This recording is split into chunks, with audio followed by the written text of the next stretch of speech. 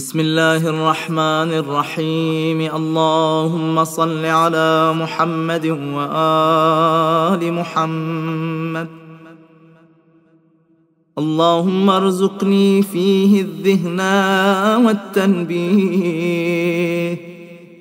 وباعدني فيه من السفاهة والتمويه، واجعل لي نصيبا من كل خير تنزل فيه بجودك يا أجود الأجودين.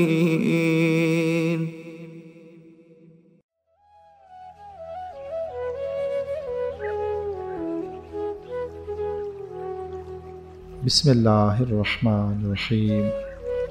ए माबूद, आज के दिन मुझे होश और आगाही अता फरमा।